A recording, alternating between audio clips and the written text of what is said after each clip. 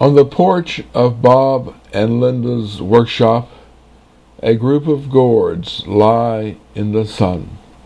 Shapes and shadows rest content, while I rock out of sight in a rocking chair, safely in the foreground shade, content and at peace.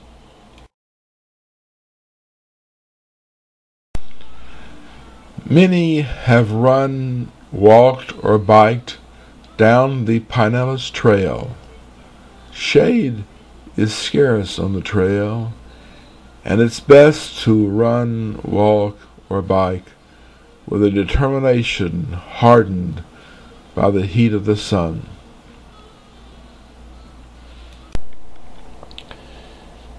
A bright headlamp beams down the rails. Danger. Listen for the blaring baritone horn. At the railroad crossing, watch for the flashing red lights. Listen for the sharp, insistent warning bell. Watch for the lorrying guardrail across the road. A train is speeding heavily on the tracks. The locomotive radiates heat as its horsepower roars.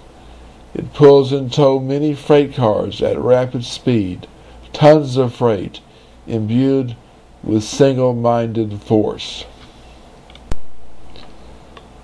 A spur is for loading and waiting. It would appear mostly waiting. After rolling thousands of miles, the boxcar is now in someone's inventory. Somewhere, you can bet, not forgotten. Classic arches and modern doors. The church stands testimony to a rich tradition, mixing business and pleasure, work, faith, and fun.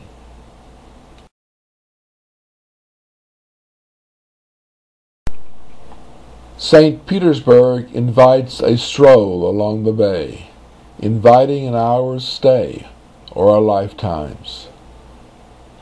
I worked 20 years at Bayfront Center, just off to the left, and seldom took in the bay from the building's many windows.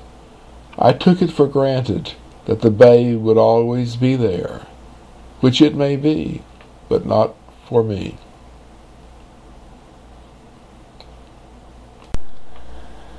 The University of South Florida's Bayboro campus was smaller in the 70s. This was the campus parking lot then, with classrooms to the right. I would work all day at automatic cooling and heating and come here to night classes. I would stand at the dock in the late afternoon, eating my supper of a peanut butter sandwich, sharing morsels with the seagulls. From the entrance to Sawgrass Lake, one sees a typical Florida scene, no doubt many thousands of years old. In the water are small fish and turtles. This is not the lake itself, but an introduction to the swamp on the left. I appreciate the shade on a hot Sunday afternoon. Today there were no mosquitoes, and a sound mostly of silence.